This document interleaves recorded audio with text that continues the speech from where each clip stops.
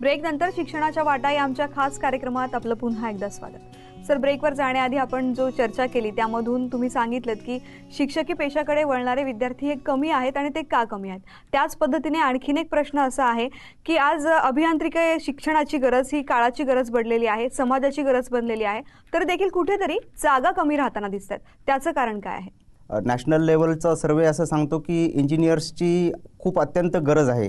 तरी देखील आपण आता पाहतो की वेगवेगळ्या इंजिनिअरिंग कॉलेजेसमध्ये ज्या जागा आहेत त्यापैकी हजारो जागा रिकाम्या राहिलेल्या आपण पाहतो। त्याची मुख्यत्वे कारणे असे सांगता येतील की जे इन्क्रीज इन इंटेक झालेलं आहे विविध कॉलेजमध्ये ते फार प्रचंड प्रमाणात झालेलं आहे। नॅशनल लेवलचा सर्वे सांगतो की इंजिनियर्सची खूप गरज आहे, पण ती जी गरज आहे ती एम्प्लॉयबल इंजिनियर्सची गरज आहे, रोजगारक्षम इंजिनियर्सची गरज आहे। व्हेअर ॲज जे खेडोपाडी इंजिनिअरिंग कॉलेजेस निघालेत आणि तिथे हे रोजगारक्षम इंजिनियर्स तयार होत नाहीत, त्याच्यामुळे त्यांची एम्प्लॉयबिलिटी तेवढी आपल्याला पाहायला मिळत नाही। आणि म्हणून मग कुठेतरी कॉस्ट बेनिफिट ॲनालिसिस टाईपचं लोकांच्या मनामध्ये येतं की आपण 1 लाखाच्या आसपास फीस भरतो एका वर्षाची, अशी 4 वर्षाची 4 लाख फीस दिल्यानंतर बाहेर पडल्यानंतर आपल्या मुलाला नोकरी मिळणार आहे की नाही याची कुठेतरी पालकांना शंका वाटते आणि मुलांना शंका वाटते। त्यामुळे या अभियांत्रिकी शिक्षणाकडे वळण्याचं प्रमाण थोडंसं खेडोपाडी कमी झालेलं दिसतं। दुसरं त्याचं एक असं कारण सांगता येईल आपल्याला मुख्य करून, ते म्हणजे poor quality of education in some of the engineering colleges. म्हणजे काही इंजिनिअरिंग कॉलेजेसमध्ये त्या लेवलचं क्वालिटी एज्युकेशन दिलं जात नाही आणि त्यामुळे ही देखील मुलांना असं वाटत नाही की तिथे त्यांनी ॲडमिशन घेतलं पाहिजे आणि अशा ठिकाणी जास्त प्रमाणात जागा रिकाम्या राहिलेल्या आपल्याला दिसतात। पण आजही असं चित्र आहे की चांगल्या इंजिनिअरिंग कॉलेजेसमध्ये ते खूप दूरपर्यंत असेल, जसं बिट्स पिलानी आहे, खूप इंटिरियरमध्ये आहे, पण त्याचं रेप्युटेशन एवढं आहे की लांबून लांबून मुलं येऊन तिथे ॲडमिशन घेतात। सर, ज्या पद्धतीने तुम्ही सांगितलं की अभियांत्रिकी शिक्षणाची गरज ही समाजाला असताना देखील जागा बऱ्याचशा रिकाम्या राहतात आणि ते क्लिअर झालेलं आहे कशा पद्धतीने राहतात। पण आणखीन एक प्रश्न असा उद्भवतो की तुलनात्मकरित्या या जर जागा कमी राहतात तरी देखील परदेशामध्ये जाऊन अभियांत्रिकीचं शिक्षण घेण्याकडे कल जास्त वाढलेला दिसतो, त्याबद्दल काय सांगाल? अगदी बरोबर बोलताय तुम्ही, पण अंडर ग्रॅज्युएटच्या अभियांत्रिकी शिक्षणापेक्षाही पदव्युत्तर अभियांत्रिकी शिक्षणासाठी परदेशात जाण्याचं प्रमाण आपल्याला जास्त पाहायला मिळतं। त्याचं कारण एक असं सांगता येईल की तिथे प्रॅक्टिकल नॉलेजला खूप जास्त महत्त्व दिलं जातं। तुम्ही तिथून पदवी घेतली याचा अर्थ तुम्ही प्रॅक्टिकली खूप कॅपेबल झालेले असतात। तर हे ज्या लोकांना माहिती आहे, प्लस पेईंग कॅपॅसिटी ज्या विद्यार्थ्यांची आहे किंवा त्यांना स्कॉलरशिप मिळू शकते, अशा विद्यार्थ्यांचा पदव्युत्तर शिक्षणासाठी परदेशी जाण्याचा ओढा जास्त वाढलेला आपल्याला दिसतो।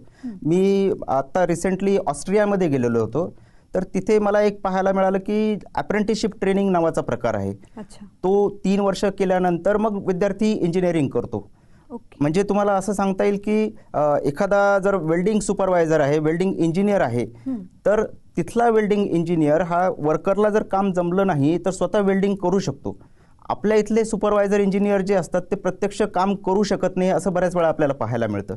तर हा जो फरक आहे तो प्रामुख्याने तिकडे ओढा असण्याचं कारण आहे आणि अर्थातच चांगले जॉब्सही मिळतात त्या परदेशी शिक्षण घेतलेल्या विद्यार्थ्यांना। सर, ज्या पद्धतीने तुम्ही आता म्हणालात की परदेशामध्ये अप्रेंटिसशिप ट्रेनिंग दिली जाते, त्याच पद्धतीने आपल्या देशात पण मग ट्रेनिंग दिली जाते, मात्र या दोन्हींमध्ये काय फरक आहे? आपल्याकडे जे अप्रेंटिसशिप ट्रेनिंग आहे ते बेसिकली जो इंजिनिअरिंग ग्रॅज्युएट होतो तो ॲज गुड ॲज जॉबला लागतो। आपल्याकडे अप्रेंटिसशिप ॲक्टच्या नुसार या मुलांना ट्रेनिंग देणं कंपन्यांना बंधनकारक असतं, तर त्यामुळे हे 1 वर्षाचं साधारणपणे अप्रेंटिसशिप ट्रेनिंग दिलं जातं। पण परदेशामध्ये मी जेव्हा पाहिलं की ह्या संस्थाच अप्रेंटिसशिप ट्रेनिंगमध्ये इन्वॉल्ड आहेत आणि मग ते नॉलेज, स्किल आणि ॲटिट्यूड या तिन्हीवर या संस्था काम करतात आणि अशा प्रकारे तिथं अप्रेंटिसशिप ट्रेनिंगचं एक्झिक्युशन केलं जातं आणि त्याच्यानंतर ते जॉबला जातात। व्हेअरएज आपल्याकडं हा जॉबचाच पार्ट झाल्यासारखा झालेला आहे। तर त्या पद्धतीने जर आपण गेलो तर या गोष्टी तो जॉबला जाण्याच्या अगोदरच चांगल्या प्रकारे तयार होऊ शकेल। सर, तंत्र शिक्षणामधील बेरोजगारी वाढण्याची कोणती कारणं आहेत? हा फार महत्त्वाचा प्रश्न आहे आणि सगळ्यांच्या जिव्हाळ्याचा प्रश्न आहे।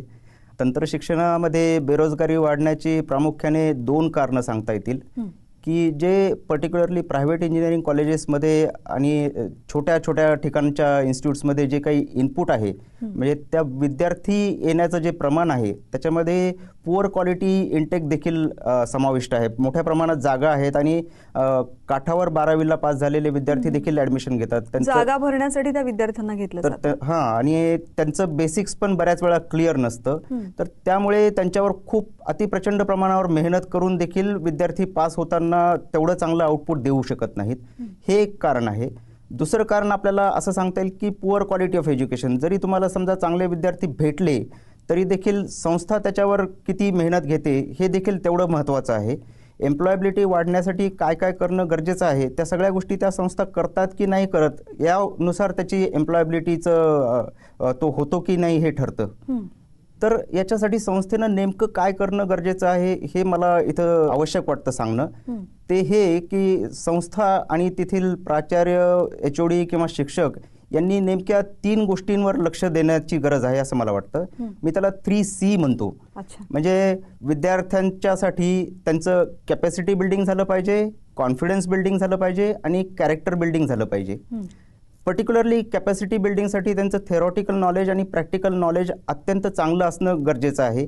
ते चांगल्या प्रकारे नॉलेज जर त्यांना मिळालं तर ते काम करण्याचे कॅपॅसिटीचे तयार होतात. ते तसे तयार झाल्यानंतर त्यांना जर आपण ते काम ट्राय करून बघण्याची संधी उपलब्ध करून दिली वेगवेगळ्या प्रोजेक्ट्सच्या द्वारे, ते अप्लाय करून पाहिलं तर त्यांचा कॉन्फिडन्स वाढतो की येस आपण करू शकतो हे निश्चितपणाने. आणि नुसतं हे 2 गोष्टी करून गरजेचं पुरेसं होत नाही. त्याचं कारण असं आहे की कॅरेक्टर बिल्डिंग हा अत्यंत महत्त्वाचा विषय आहे.